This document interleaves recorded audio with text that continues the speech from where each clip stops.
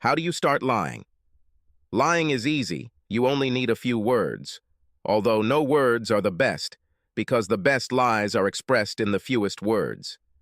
But lies don't start when they're told. Even the most innocent lie, like that of children, does not happen without fathers or mothers. In general, it begins somewhere. You won't do this. My wife of 7 years chuckled, and I began to wonder how well her professional career was going.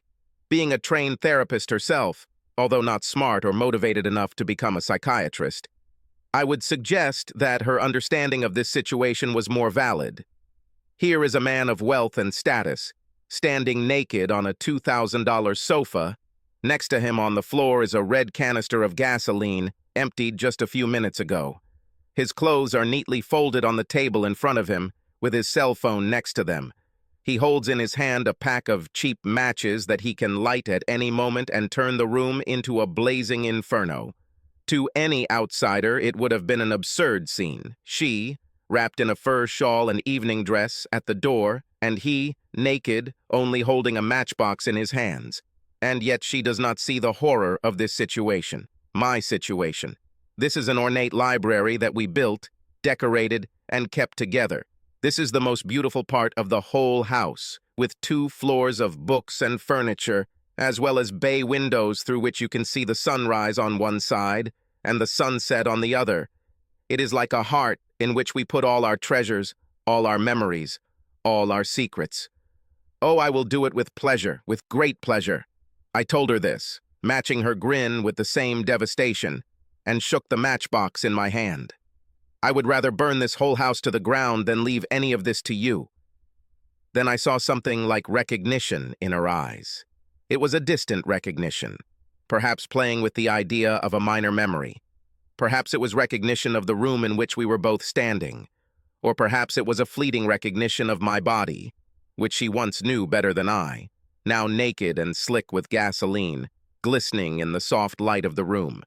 Perhaps she was drunk. She told me that evening she had attended a gala, or a social event, or some other rich save-something event. Whatever she learned in that moment changed her. "John," she whispered, "this is not how we should discuss this. Please, put down the matches. Tell me, Andrea, tell me where you were tonight."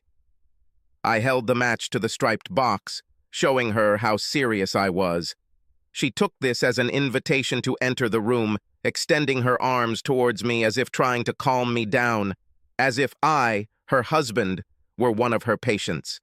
She continued to move towards me, like Cruella de Vil, cornering a helpless Dalmatian. "I know where you were," I told her as she took another step closer. "I know where you're going. To that bar. I know you're going with him. I know what you're doing. John, you need to put down the matches so we can talk." She spoke again and took a few more steps towards me, her eyes darting to the matchbox. Her voice was soothing. No matter how it looked, I wasn't crazy. I knew everything. I knew that she was having a particularly torrid affair with a doctor at the hospital where she worked. I knew his name was Conrad, and I knew his address. I knew his wife was Pepper, and his daughters Maggie and Sophie. I knew they had met at the Red Herring, a respectable bar for married singles looking to break their ominous marriage vows. I knew that in 7 years of marriage, she had been faithful to me for 2 years. I knew that she loved him, and I knew that she was planning to leave me very soon. Just tell me why," I demanded in the most desperate tone.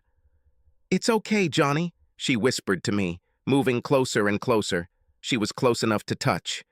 "It's okay. Just put it down and we'll talk, okay? I'll tell you everything you want to know." At least she was pleasant to listen to. I looked far behind her, into the empty black bay window. It was dark outside. Only one street was lit, somewhere far, far away. There was no moon, no stars, and suddenly there was a glimmer of light, a sign, and I knew exactly what needed to be done. "No!" I shouted, scaring her.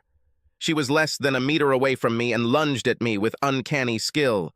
Andrea grabbed me by the waist and pushed me to the floor. The matches flew out of my hands and skidded across the carpet, out of my immediate reach.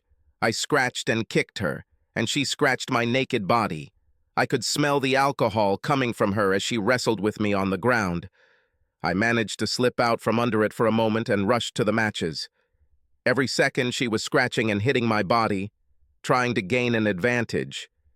She was much stronger than I imagined, or perhaps she was just experiencing a much stronger adrenaline rush than I was. In the chaos of the struggle, amid a flurry of blows and scratches, and I think there was even a bite, she knocked me to the floor again. She sat on top of me, trying to tie my hands with a nearby electrical cord. I felt the burning of my skin in the places where she scratched my body. My nose was bleeding, and I could already feel bruises forming on my body from falling to the floor. "Help! Help!" I shouted as she picked up the matches and rose to her feet so that I could not reach her. "Help me!" I heard the patter of footsteps and the screams of distant figures. I shouted louder, "She's going to kill me! Killing!" I looked at Andrea, my sweet wife, and our eyes met. She finally understood what I did. My glance at the floor, the smell of gasoline, and the sound of gunfire erases the memory of what happened next. All that becomes clear to me in the next moment is my wife, my dear wife, lying calmly and motionless on the gasoline-soaked carpet. Her mouth is slightly open. Her outstretched hand clutches an open book of burgundy matches. On the inside it says, Conrad, 347-55-1205, and on the outside, Red Herring Grill Bar. Oh, my dear wife, you should know that I think about you often. I keep your matchbox in the corner of our library.